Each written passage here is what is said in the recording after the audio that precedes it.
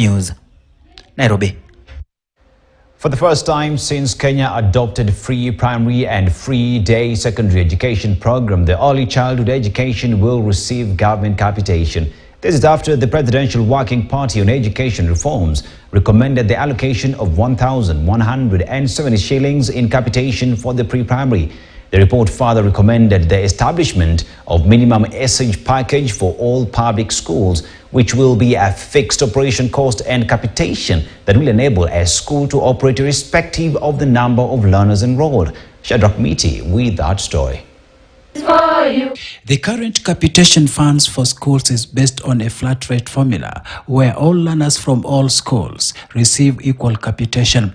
For instance, every learner in public primary school receives an allocation of 1,420 shillings, while those in day secondary school receive 22,244 shillings per student. However, there have been concerns that schools with enrollment below 100 learners are deemed to be operating suboptimally. A breakdown of how an optimal operating primary school with one stream shows that such a school should have between 240 to 360 learners with a class size of 40 to 60 learners. Such a school would require 6 teachers, 1 head teacher, and 6 classrooms. The report by the Presidential Working Party on Education Reforms estimates the cost of running such a school to be 11,760,000 shillings. An optimum operating junior school with one stream should have 180 to 210 learners with a class size of 60 to 70 learners per class, which requires 6 teachers and 3 classrooms at an estimated cost of 7,800,000 shillings. Meanwhile, an optimal operating senior school with one stream should have 180 to 210 learners with a class size of 60 to 70 learners per class. This requires 9 teachers, 1 head teacher, and 3 classrooms at an estimated cost of 9.6 million shillings. The Presidential Working Party on Education Reforms says since many schools have low enrollments, it is almost impossible for such schools to sustain their operations.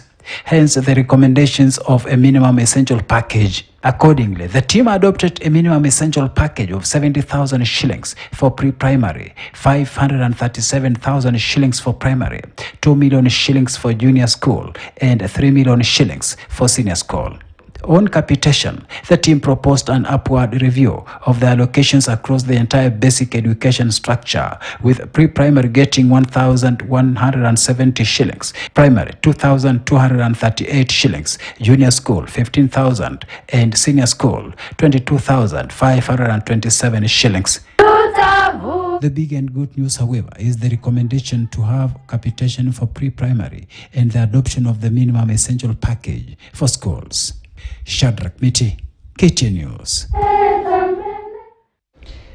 And that story by Shadrach Miti is brought Texas to a fast commercial break at exactly 17 minutes after 9 p.m. Don't go too far. We'll be back with much more.